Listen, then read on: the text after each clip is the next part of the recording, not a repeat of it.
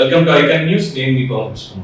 ఎన్నికలు సమీపిస్తున్నటువంటి తరుణంలో అనేక అబద్ధ ప్రచారాలకి తెరతీసింది అధికార వైఎస్ఆర్సీపీ. అంటే ఇదేం పెద్ద కొత్త కాదు, వాళ్ళకి అందరికీ తెలిసినటువంటి అంశమే. ఎందుకంటే గతంలో చూసాం, పింక్ డైమండ్ అని అమ్మవారి కోర్టు నగలని ఇష్టం చేశారు. అలాగే చిన్నబాబు చిరుతిళ్ళు అని చెప్పి 25 లక్షలు 25 కోట్లు అని చెప్పి ఆ ప్రచారం చేశారు. దాని మీద కూడా డెఫమేషన్ కేసు అనేది నడుస్తోంది, సాక్షి పత్రికలో రాసినటువంటి ఆర్టికల్ కి సంబంధించి. అట్ ద సేమ్ టైం ఇంకా చెప్పుకోవాలంటే అనేక అబద్ధాలు.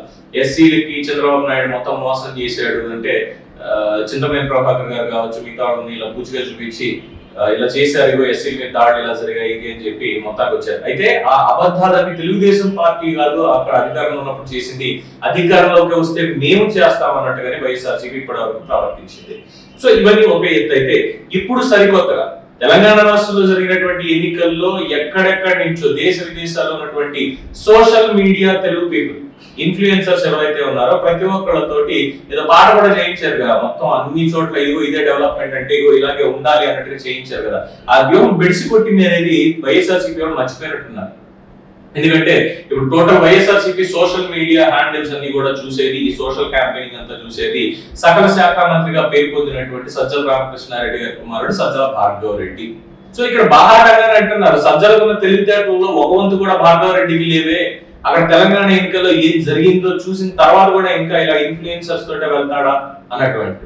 ఎందుకు మాట్లాడుకోవాల్సి వస్తుంది అంటే, హైదరాబాద్ మాదాపూర్ ఏరియాలో కుమారి ఆంటీ అని ఒక వంట ఆవిడ ఉన్నారు. అంటే ఆ హోటల్ నడుపుతున్నారు. వంట ఆవిడ అన్న కరెక్ట్ గా తెలియదు, మనకి హోటల్ లాగే ఆ ఫుడ్ కోర్ట్ అలాంటిది పెట్టి మధ్యాహ్నం పూట భోజనాలు పెడుతూ ఉంటారు ఆవిడ. సో చాలా ఫేమస్ సోషల్ మీడియాలో. అంటే టేస్ట్ తగ్గట్టుగా కానీ, వాళ్ళు పెట్టే క్వాంటిటీ కానీ, అలాగే ఆ ప్రైస్ కానీ ఇవన్నీ కూడా పరిగణలోకి తీసుకుని సోషల్ మీడియాలో ఎవరో ఒక ఉత్సాహంతో అలా వీడియో తీసి పోస్ట్ చేయగానే ఎక్కడున్న వాళ్ళు చూసారు, ఇక్కడ చాలా బాగుంది కదా అని చెప్పి మొదలు పెట్టారు. మంచి డిమాండ్ అనేది నడుస్తుంది చాలా ఎక్కువగా. సో ఇక మీడియా కూడా ఎంటర్ అయింది. సో మీడియా కూడా ఎంటర్ అయిన తర్వాత ఏమనుకున్నాడు మన సజ్జల భార్గవ రెడ్డి, లేదు ఇలాంటి వాళ్ళతో మనం చేయాలి, ఖచ్చితంగా వీళ్ళకి పేమెంట్ ఏదైనా ఇచ్చి ఇలా చేయించుకోవాలి అనుకుని ఆవిడతో ఒక వీడియో అయితే రిలీజ్ చేయించాడు. ఏంటంటే ఆవిడ అక్కడ వడ్డిస్తూనే ఇలాగా జగనన్న నాకు ఇల్లు ఇచ్చాడు. ఐ రిపీట్, ఇది బాగా గుర్తుపెట్టుకోండి. ఇక్కడ ఉన్నటువంటి అనేక వాస్తవాలు కూడా మనం మాట్లాడుకోవాల్సిన పని ఉంది ఇందులో. జగనన్న నాకు ఇల్లు ఇచ్చాడు, పైన వచ్చింది. ఆ వీడియో కూడా చూడొచ్చు మీరు ఇక్కడ. మన వైఎస్ జగన్మోహన్ రెడ్డి గారి ఇచ్చిన ఇల్లు మాత్రం మన ఇల్లు వచ్చింది నాకు. ఆ ఇల్లు మాత్రం అది కూడా పైన వచ్చింది. చూసారుగా ఇందులో ఏముంది తప్పు, ఎందుకు ఇలా మాట్లాడుతున్నాం అంటే, జగన్ అన్న ఇల్లు ఇచ్చాడు, ఇదే పెద్ద బూదు. పైన వచ్చింది. దీంట్లో ఉన్న అసలు వాస్తవం ఏంటంటే, పైన ఎక్కడండి, 2వ అంతస్తులోనో 3వ అంతస్తులోనో 4వ అంతస్తులోనో అనుకోవాలా, అంతే కదా పైన వచ్చింది అంటే. సో అపార్ట్మెంట్లు ఎప్పుడు కట్టించాడు జగన్మోహన్ రెడ్డి గారు? టిడ్కో ఇళ్ళు గతంలో కట్టినవే ఇప్పటికి ఇవ్వలేదు. ఎన్టీఆర్ హౌసింగ్ స్కీమ్ అనేది ఉంది, దాంట్లో ఆవిడకి లబ్ధిదారుగా ఇల్లు అనేది వచ్చింది. అది గత తెలుగుదేశం ప్రభుత్వం యొక్క కృషి.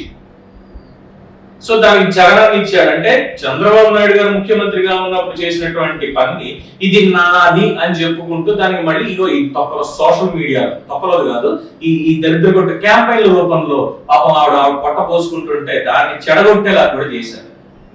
ఇప్పుడు నచ్చుతుంది నచ్చదు, చాలా మందికి ఇక్కడ తెలియనటువంటి విషయం ఏంటంటే, భీమా నాయక్ సినిమా ముందు ప్రియాంక రెడ్డి అని ఒక అమ్మాయి ఉండేది, అందులో యాక్టర్ గా పనిచేసింది, మీకు గుర్తుండే ఉంటుంది, ఆ కానిస్టేబుల్ కింద.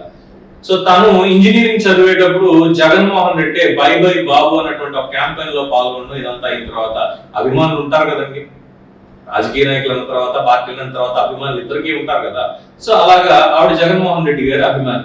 ఆవిడ కూడా రెడ్డి సామాజిక వర్గానికి చెందింది. సరే సామాజిక వర్గం పక్కన పెట్టారు, ఒక సోషల్ మీడియా ఇన్ఫ్లుయెన్సర్ ఒక సినిమాలో ఇలా యాక్ట్ చేస్తుంటే అగో అప్పుడు ఇలా చేసింది, ఇప్పుడు ఇక్కడ ఇలా వచ్చింది అని చెప్పి నెగిటివ్ ఇవన్నీ బాగా వెళ్ళడంతో అమ్మాయికి సినిమా అవకాశాలు పూర్తిగా తగ్గిపోయాయి. వాస్తవం, పవన్ కళ్యాణ్ గారి పక్కన నటించింది అన్నటువంటి క్రెడిబిలిటీ ఉన్నప్పటికీ సినిమా అవకాశాలు లేకుండా ఎందుకు అప్పుడు మాట్లాడినారు. అందుకే రాజకీయాలు మాట్లాడేటప్పుడు అది వ్యాపారాలు అనేది ఉన్నప్పుడు ఖచ్చితంగా మాట్లాడకూడదు. అభిమానం అనేది మనం చూపించుకోవచ్చు, కానీ అందరూ వస్తారు కదా అన్నం తినే చోటుకి, అందులో నచ్చిన వాళ్ళు ఉంటారు, నచ్చిన వాళ్ళు ఉంటారు. సో అలాగే ఇక్కడ రెండోది, దాంట్లోనే అది వెడిసికొట్టేసరికి ఆవిడ అన్నదాన్ని ఇలా చేసేసరికి ఇక మొత్తం సోషల్ మీడియా ఇన్ఫ్లుయెన్స్ వలనో లేదంటే మీడియా వలన పోటెత్తారు ఇంకా జనాలు. పోర్ట్ ఎత్తేసరికి అక్కడ ఉన్నటువంటి సిటీ పోలీసులు ఎవరైతే ఉన్నారో మా ఇక్కడ ట్రాఫిక్ జామ్ అవుతుంది, ఇక్కడ తీసేయాల్సిందే, ఇంతమంది ఇలా వస్తుంటే అంటే వాళ్ళు కూడా చెప్పారు, అయ్యా మేము మీడియా వాళ్ళు మంచి చేస్తారో చెడు చేస్తారో తెలియనటువంటి పరిస్థితి ఉంది మాకు, ఎందుకంటే మీరు చూపించిన తోటిగా ఇంతమంది వస్తున్నారు అంటున్నారు, ఇంతమంది వచ్చేసరికి మాకు ఇక్కడ ఈ విధంగా నడుస్తుంది, మమ్మల్ని ఏం చేయమంటారు అని చెప్పి మొరబెట్టుకున్నారు. సరే పోలీసులు తీయించేస్తారంటే దీని మీద జరిగిన ప్రాపగండా ఏంటో మనం చూసినప్పుడు వైఎస్ఆర్సీపీ సోషల్ మీడియా హ్యాండిల్స్ చాలా మంది ఏంటంటే అదిగో చంద్రబాబు ఫోన్ చేశాడు, చంద్రబాబు ఫోన్ చేసి రేవంత్ రెడ్డికి చెప్పడంతో పోలీసులు వెళ్ళి కుమార్ ఆంటీ తీసేశారు, ఆవిడ జీవనోపాధిని చేశారు, జగనన్న ఇల్లు ఇచ్చాడు అన్నటువంటి ఒక వార్త ఆవిడ చెప్పగానే ఆవిడ మీద కక్ష కట్టి చేశారు అని చెప్పి చేసినంత పాపన పోలేదండి. అంత టైం కూడా పట్ల కనీసం సీఎం రేవంత్ రెడ్డి నుంచి డైరెక్ట్ ఆర్డర్ వచ్చింది డీజీపీ గారికి, ఎట్టి పరిస్థితుల్లో అక్కడికి తీయించడానికి వీల్లేదు, ప్రభుత్వం ఉన్నది చిరు వ్యాపారులకి అండగా ఉండడానికి తప్ప ఇలా ఇష్టం వచ్చినట్టు ఎవడో ఏదో చేశాడని చెప్పి యాక్షన్ తీసుకోవడానికి ఇంకోటి కాదు, వాళ్ళ జీవనోపాధి ఎప్పుడు పోగొట్టడానికి వీల్లేదు, నేనే డైరెక్ట్ గా కుమారి ఆంటీ ఆ ఫుడ్ కోర్ట్ దగ్గరికి నేనే వెళ్ళి కలుస్తున్నాను, దానికి ఏర్పాట్లు చేయండి అని చెప్పారు, తీయించడానికి వీల్లేదు అని. ఇంత చెత్త ప్రచారం చేసినా ఏం చేసినా మరి చివరి అక్కడికి ఏమైంది, ఏకంగా ముఖ్యమంత్రి నేను వెళ్తానంటే ఏం చెప్పుకుంటారు వీళ్ళు?